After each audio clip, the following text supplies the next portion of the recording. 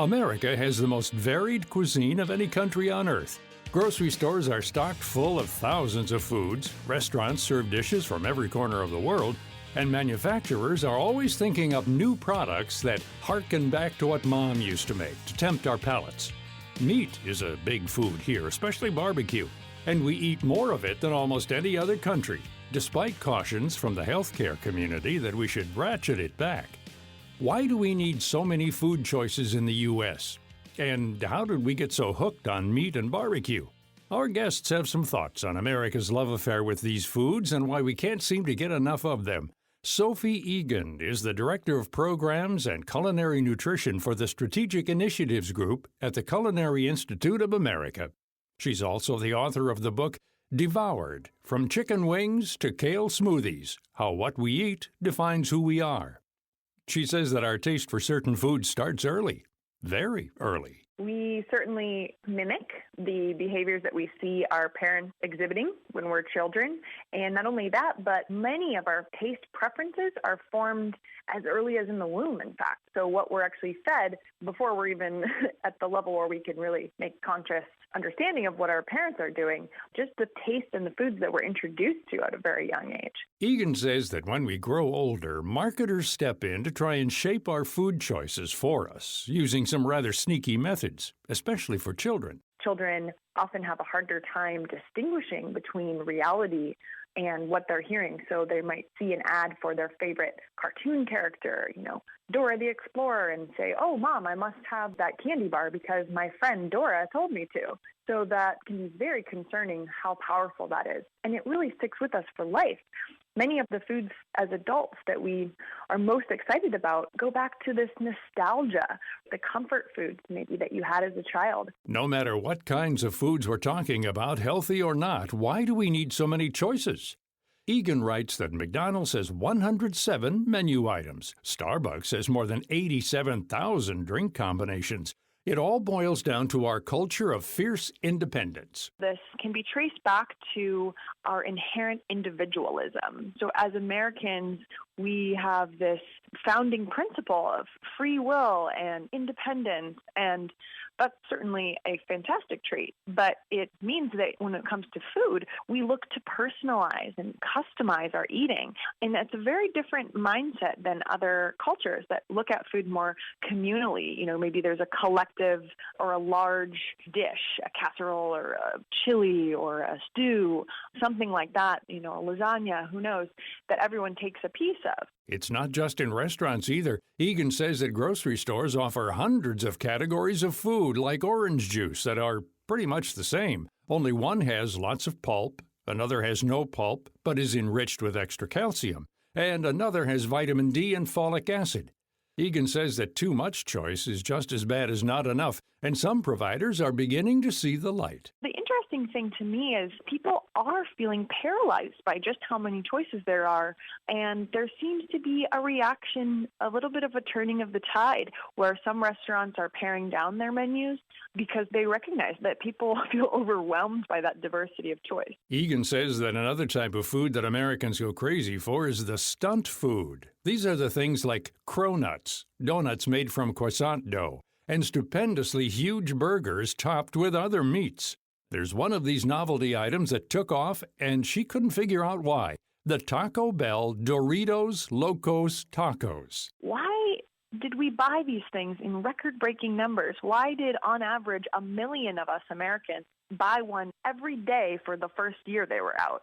This was just perplexing to me, especially at the same time that we're all supposedly more concerned about health.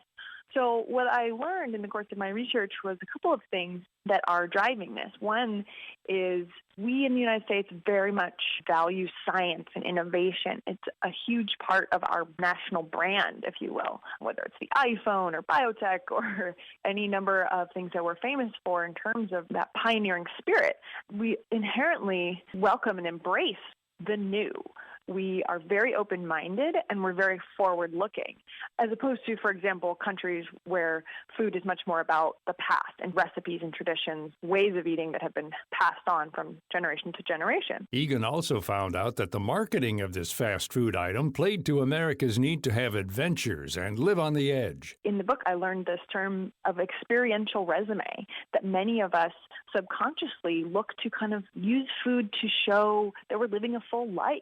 And actually, Taco Bell with the Doritos Locos Tacos really played to that with the marketing of Live Más, that if you go and you eat one of these stunt foods, these over-the-top, just bizarre, clearly nutritional train wrecks, that you are adventurous and you're seizing the day. And it really plays to that part of our collective mindset. Our collective mindset is also on a quest for meat as much as we can find. Marta Zaraska found this out while she was researching her book, Meat Hooked, The History and Science of Our 2.5 Million Year Obsession with Meat.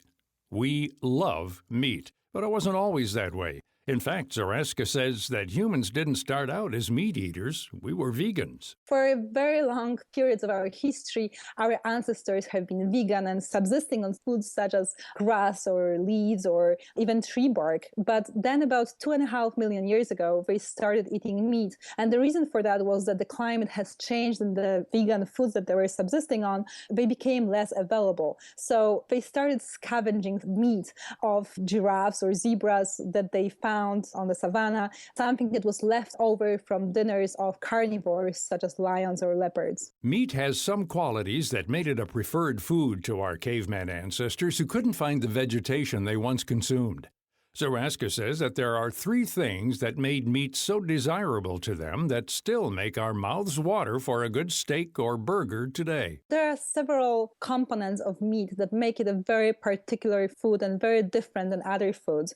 So first of all, there is fat in it, and fat signifies calories. So that's something that was very good for our ancestors, obviously. They needed as many calories as they could get. Second thing is a taste called umami. That's Japanese for delicious, and this is the 5th basic taste.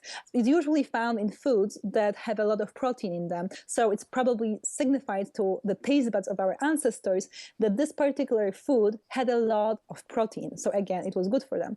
And the 3rd component of meat is something called the flavors of the Maillard reaction. This is a reaction that happens when you grill or roast certain foods, such as meat, or for example, when you toast the bread. This is the browning on the outer layer of steak on the grill or on a toasted bread or baked cookies, and it smells delicious to us. And the reason for that is because it signifies the food has been cooked, and it means it's safer to eat. It doesn't have so many parasites or bacteria, and such meat grilled over fire was better than raw meat, and that's why also we prefer its taste, because it tastes of safety. Interestingly, humans don't need meat these days to get all of the nutrients to stay healthy. There are proteins in foods that aren't from animal flesh, such as peanuts, beans, legumes, and dairy products. Zaraska says that in many parts of the world, meat is used very sparingly, if at all, as a flavor and not a main dish. In some cultures, only half the population eats meat, the male half. She says that meat has long been connected with power and masculinity. It was also something that men had because they were the hunters. They had the goods, they had the meat, and they also were the ones who were deciding whether to share it, who will get a piece, who will get nothing. So they had the power to give or not to give meat. So it was associated with the meat, and it still carries on this cultural symbolism that meat equals masculinity, and that's around the world is a very similar thing. For example, in some cultures, meats are tabooed for women. There are many taboos on meat, what women are not allowed to eat. For example, in Africa, in many cultures, they are not allowed to eat chicken, let's say. And this is because men, they wanted to keep their food for themselves. It was the more nutritious, delicious food they wanted, and so they tabooed it. And that's why, this kind of masculinity and having meat is connected to the power of men over women. There's probably nothing that says manly more in the U.S. than Dad standing at the grill searing a thick, juicy steak over the coals. Barbecue is a religion in Texas, as Rob Walsh knows well. He's an award-winning journalist, a Houston restaurateur, and author of the newly revised edition of Legends of Texas Barbecue Cookbook, Recipes and Recollections from the Pitmasters. Walsh says that barbecue's been a part of various cultures for centuries, but here in the U.S., our founding fathers had a hand in making it popular. Both George Washington and Thomas Jefferson have recorded diary entries about going to barbecues. Barbecue was a way to gather people together in colonial times. All sorts of big events were celebrated at barbecues, and the tradition was to dig a pit and lay the animals on wood spits across the embers, the smoldering coals, and to slow cook the barbecue. And the cooking was as much a part of the celebration as the eating. People came to see all that meat cooking on those coals. Walsh says that cooking meat over hot coals came to Virginia and the Carolinas as far back as the 1600s from the Caribbean sugarcane planters. And we owe much of what we know about it and its flavors to the slaves brought over to work on plantations. Walsh says that what makes barbecued meat so luscious is what Zaraska talked about earlier, that umami flavor, the fat that renders off, and one more effect that happens when meat is cooked low and slow. The science of barbecue is turning collagen into gelatin. Sounds kind of weird and gross, but collagen is essentially all that gristle and tough stuff in the meat. And in the course of slow cooking it for 12 or however many hours, you are rendering that gristle and that tough stuff into a very soft and flavorful gelatin. So the meat is now saturated with the fats which you have rendered by slow cooking it. And, if you like bacon, you like fat, So these fats then start dripping with all of the seasonings, particularly garlic, and when you talk about walking down the street and smelling it. So you've got rendered pork fat, or call it bacon grease, saturated with garlic, dripping onto smoky wood or smoky coals. There's a combination of elements that are designed to drive the human nose crazy. When it comes to barbecue specialties, restaurants, and cook-offs, the rub, or the sauce, is as important as how the meat is cooked. Walsh says that there are as many varieties of seasonings as there are cooks, but a few of them stand out. Here in Texas, we have 4 schools of barbecue. We have Tejano barbecue, which is a Latino flavorings and usually includes some chili pepper in a rub or in a marinade. We have African American barbecue, which is always heavily sauced, and the sauce is usually pretty sweet. The German meat market barbecue is seasoned with salt and pepper and nothing else. And that is really the most popular style in Austin and Dallas and all the places that you're seeing television reports about these days, and about great pitmasters like Aaron Franklin, who won the James Beard Award for Best Chef Southwest a couple years ago. These guys are just using salt and pepper. Walsh says that making good barbecue requires patience, persistence, and a good palate. But it's really not beyond the average cook's abilities. If you'd like to give it a try, pick up Rob Walsh's book, Legends of Texas Barbecue Cookbook, for how-tos, history, and recipes. He also invites listeners to his website at rob, with 2 B's, walsh.com. Sophie Egan's book, Devoured, gives insight into why we eat what we eat and what it says about us and our culture. Her website is sophieegan.com. For answers about how humans came to love meat and why we should try to eat less, look for Marta Zaraska's book, Meat Hooked, in stores, online, and on her site at zaraska.com. For more information about all of our guests, log on to our site at viewpointsonline.net. You can find archives of past programs there and on iTunes and Stitcher. I'm Gary Price.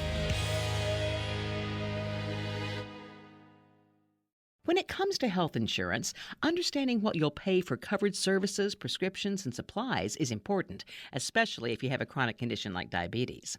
Now, there's a new tool to help people with diabetes save money on test strips. Know My Copay is a website and nationwide telephone service that tells you the lowest copays for the top 5 brands of diabetes test strips in the market based on your individual health plan. Here's consumer advocate and nationally syndicated columnist Jim Miller. Figuring out health coverage can be confusing. Know My Copay is a valuable free service that can help people maximize their healthcare dollar. By comparing the out-of-pocket cost of the various diabetes test strips available, people can make educated decisions about the products they use. Know My Copay is sponsored by LifeScan, maker of One Touch brand blood glucose monitoring systems. Find the lowest copay for your test strips at knowmycopay.com or by calling toll-free 1-844-807-8936. That's knowmycopay.com.